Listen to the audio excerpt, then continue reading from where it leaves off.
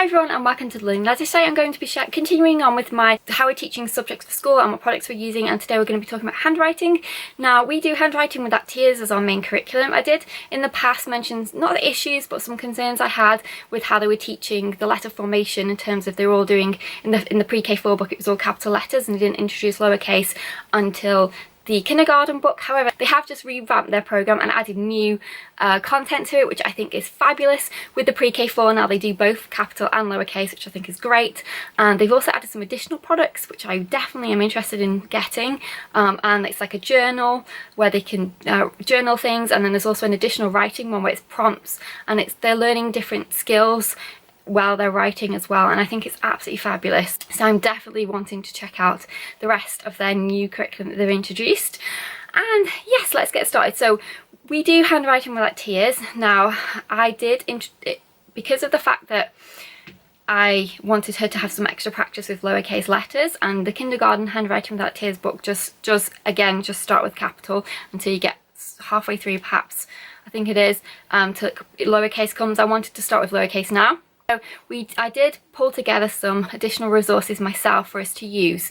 I'll show you an example of a week, and we do a mixture of uppercase, lowercase, and then actually writing words as well, and some fun exercises, because I love the Montessori way of teaching and I love hands-on activities, but sometimes with writing you literally just have to write with a pen and a paper or a marker or a crayon or, you know, some kind of a pen.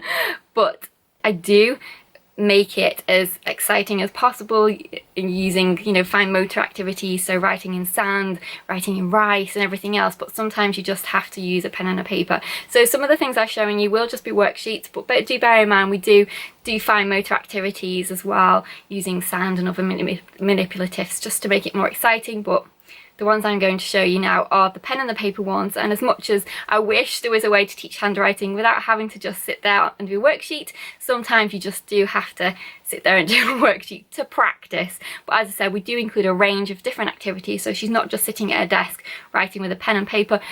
We do rice, we do sand, other different ways for her to practice, lots of Play-Doh, but the ones that I'm showing you today will just be the worksheets, but do bear in mind we do a mix of the two. Okay, so the first thing I'm showing you are tools for writing. Now, little tools, little hands. I think that really makes sense, especially when they're starting out. So we use the little handwriting with Actias pencils, but obviously any little pencil will be fine. The triangular crayons are really good as well. And then we've got some triangular coloured pencils too, and they're nice and chunky. It just helps them when they're first starting out. But I would also say as well, don't just use these sorts of things. I'd also use some markers as well at times, because it's a lot easier to write with markers than it is, for example, with a pencil, so it can encourage them, you know, to keep trying. So definitely use a range of different things, don't just use always a pencil. Now moving on to scissors, and then we'll talk about pencil grasp. So when my daughter was first starting to use scissors, she found just regular scissors, like kids scissors, the plastic ones, quite difficult and challenging. And it was the whole, you know, the motion of how you do your fingers, where you put them, holding the paper and everything else, and she used to get really frustrated with it. And I found these scissors on Amazon. I'll put the link, and they were absolute lifesaver. It gave her the confidence to want to cut paper, and also to be able to actually do it, and, you know, the joy in success, and it really boosted her confidence. She didn't use these for too long, but it just did give her that extra confidence, and it also obviously helps with your muscles in your hands. So instead of going outwards as you do, these go inwards, and for little hands it's so much easier for them to do it this way. Gives them that extra confidence. And then we moved on to the spring-loaded scissors. Again, just a little bit more confidence, because it just helps a tiny little bit, because just gives them a little bit of support when they're cutting, and then you can just tuck it back once they're ready. And now she can use any scissors. Obviously I don't give her giant sized ones, but she's really confident with the scissors now, and I definitely put that down to these. They really did help her. Now pencil grasp, some kids find pencil grasp comes really naturally, others need to try, you know, work a little bit more on it, and that's totally fine. But obviously if you think your child needs extra help, then definitely get them checked, you know, with an occupational therapist or a doctor. So these did the trick. Her pencil grip now is really good. So we started off with this one, and if you can see, it's got the T on here, which is for your thumb, and then the 2 and the 3 for your different fingers. You just pop a pencil through, and it's they fit quite well, and markers do as well too. When you're getting these, make sure you get the right size though, because you don't want the fingers to be squished.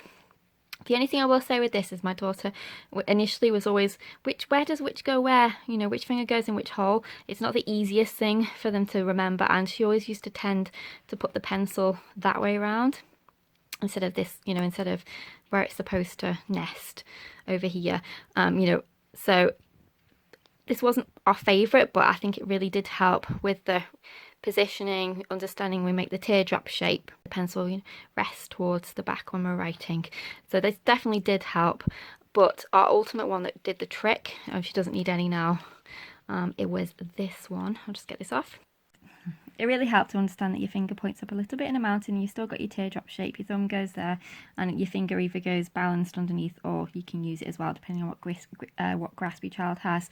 But this was one that really worked for us. Again, that was from Amazon. She doesn't need them at all, but I would say if your child is struggling a little bit with the pencil to grasp, to try something like this, because I really do think it makes a difference. You've got to find the product that works for you, but I do really think that they did make a difference for my daughter. And if you think about when you're little and you're trying to write, if it's uncomfortable and if your arm's aching and everything else, it's not conducive to happy writing. It's not going to make them want to do it.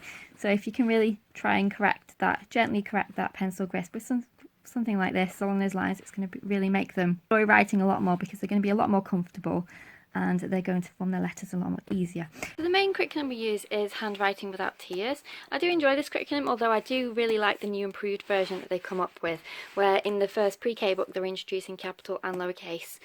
With this book they do introduce lowercase, but it's still all capitals to begin with, and it's lowercase not until, let's see what page. So lowercase doesn't come until page 40. So what I do is I have supplemented with some additional sheets and games and activities that I found online. So I'll just show you those. This is my binder that I've put together myself with different resources that I've purchased and that I found free online. I put it in order of the letters that Handwriting Without Tears begin with, just so that it was all the same letters that she'd be learning in the orange book, but also the lowercase as well at the same time. It's just a sample of sheets for the letter U, and then I also include some number ones in as well, so she's practicing both. So for example, this one was actually free, and this was from Kindergarten Worksheets and Games.com. So this is a cutting, so she cuts off the words that begin with U. I do like to really incorporate cutting as much as possible, not just in writing but also in fine motor, because I think that they're directly linked, handwriting and scissors, for the fine motor skills and strengthening the hands. So it's a little maze, so it's, you know, really simple but it's fun still for her to do. She's cutting and pasting, and then we've got a fun page, so she's tracing, colouring, doing a little maze, connecting the dots. And again, this was free, and this was from readingmama.com. Sorry, I'm looking down.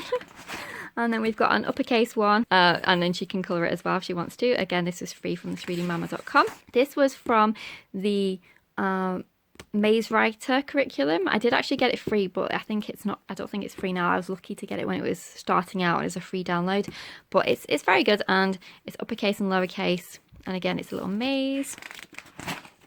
We've got a number 9, so we're doing odd and even, draw, tally, one more, one less, practicing the writing the word and the number. A lowercase u, and then this is actually something I purchased, and it's a spell and write curriculum. This is the level K, and it's Evermore. So it's write the sentence in the correct order. It's a funny frog. And then you've got a little quiz on the back. This is a number 10 sheet. Then we've got some words as well as letters and some umbrellas. This is from a fun book that I found, that I purchased, and it's basically finding everything in the picture, and then you can write it or tick off. And then we've got a little maze to do. This is from the Read curriculum. I do use quite a few of their worksheets for handwriting purposes, and this is a cutting, so it's a spelling word, but it's cutting and pasting and spelling too. And then we've got another fun page here. I'm just showing examples of what I use. And then